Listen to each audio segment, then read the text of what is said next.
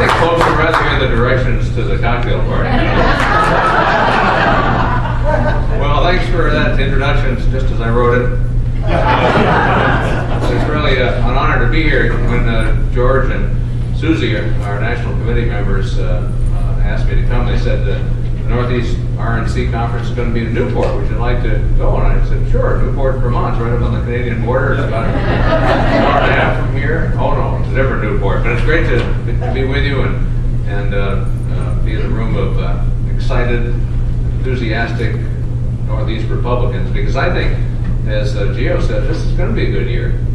Jody mentioned it as well. I think the pendulum is swinging back, and we know we're capable of electing Republicans in the Northeast. I think back to the time I was first elected to my current office in '02, we had 5 of the 6 New England states elect Republican governors, and we elected one in Maryland that year. We re-elected one in New York.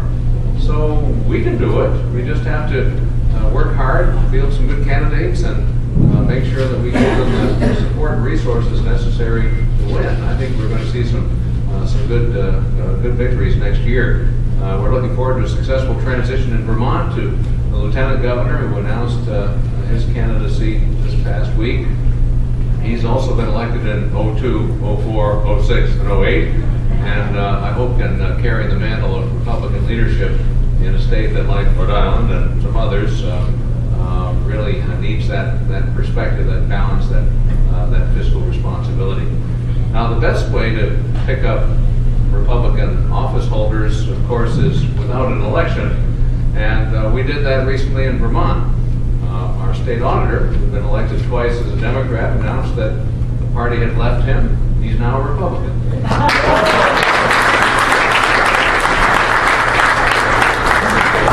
He made it very clear that over the last couple of years he's tried to tell the Democratic leadership in our legislature about the need for more fiscal responsibility, and they haven't paid much attention to him. And it's quite a coup for us, because his father was a 2-term Democratic governor. But young Tom said, you know, it just doesn't feel right. This isn't the party I grew up in, and this isn't the party my dad served. Someone asked his father how he felt about this, and he said it was just fine, because as I interact with our former governor, he doesn't feel comfortable with the direction of his party either. So that's, I think, an encouraging development in our state, and we look forward to that being a trend that will continue.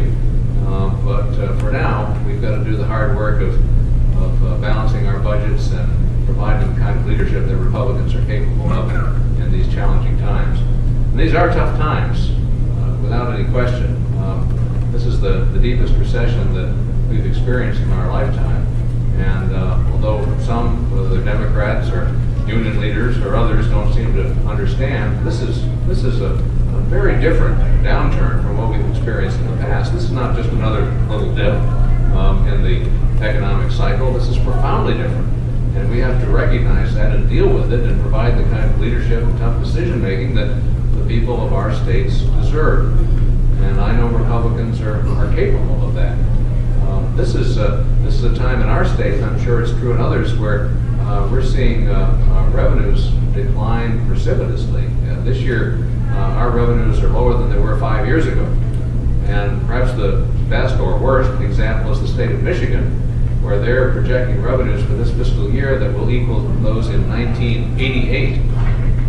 This is a serious downturn, and I think that not only presents us with tremendous challenges as Republican officials, but also a great opportunity to take the case to the voters next year and explain that we are the party of fiscal responsibility. We're the party of limited government. We're the party that wants to do only what is necessary with the hard-earned taxpayers' dollars and get all of our states back on the road to prosperity and success.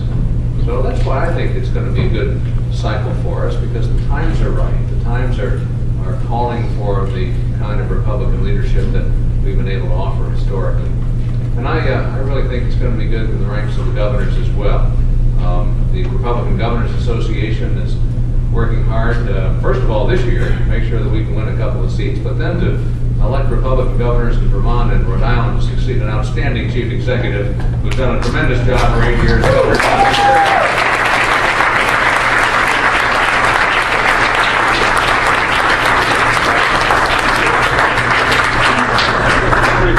Right on cue, Don. Right on cue. But look, Rhode Island's had a Republican governor for most of the last generation. Massachusetts as well.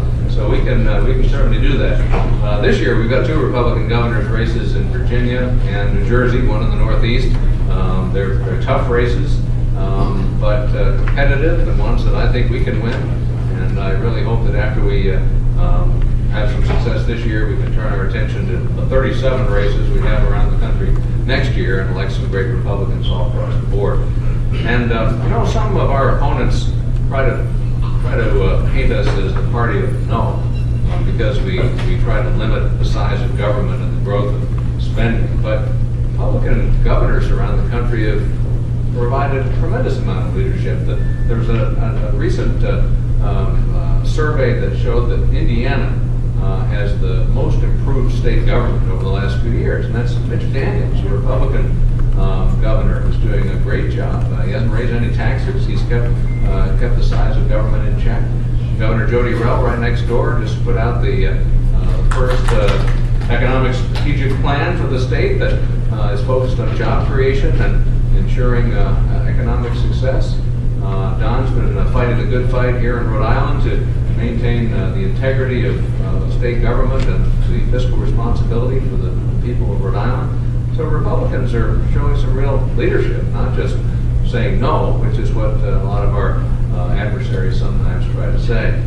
There's one issue that's really important to our fiscal strength and to our economic success, and that's health care. Did you hear there's a big debate about that now? Just to show you how much of a life I don't have, I was watching C-SPAN last night, and the Senate Finance Committee met late into the evening to consider a lot of amendments and come up with a tentative bill that they're going to act on next week. And I thought Senator Snowe from Maine did a great job in pushing back on this mandate, on these penalties.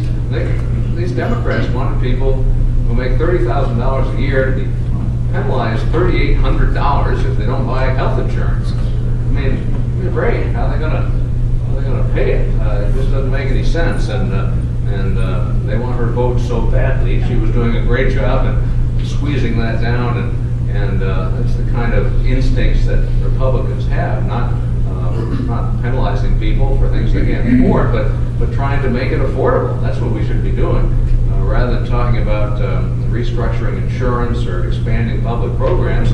What we ought to be doing is talking about reducing the cost of care, changing how we deliver it, changing incentives for payment so that we get the quality of health care that we want for the American people. And here again, Republican governors are getting the job done. Governor Tim Pawlenty in Minnesota has a new system of ranking health care by quality and cost to make sure that the people of the state know what they're getting for their health care dollar. I think, frankly, the most innovative examples of reform are in Vermont, where we've been getting some national attention because of the success we've had in reducing our Medicaid expenditures over the last 6 years.